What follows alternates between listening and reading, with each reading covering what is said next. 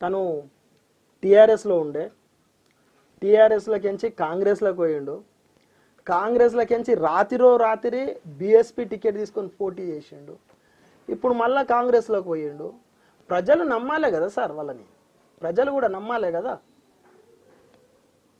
మీరు వెంకట్రామరెడ్డి గారు అంటున్నారు బీఆర్ఎస్ అభ్యర్థి అసలు ఉమ్మడి మెదక్ జిల్లాల ఒక కలెక్టర్గా తెలుసు కానీ ఒక నాయకుడిగా ఎవరికైనా తెలుసా?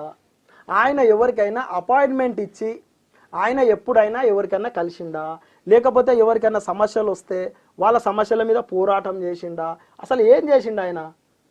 మా భారతీయ జనతా పార్టీ అభ్యర్థి ఎప్పటికప్పుడు దుబ్బాక ఎమ్మెల్యేగా ఉన్నప్పుడు ఎప్పటికప్పుడు ప్రజా సమస్యల మీద నిరంతరం పోరాటం చేసే వ్యక్తి, ప్రజల మధ్యన ఉండే వ్యక్తి.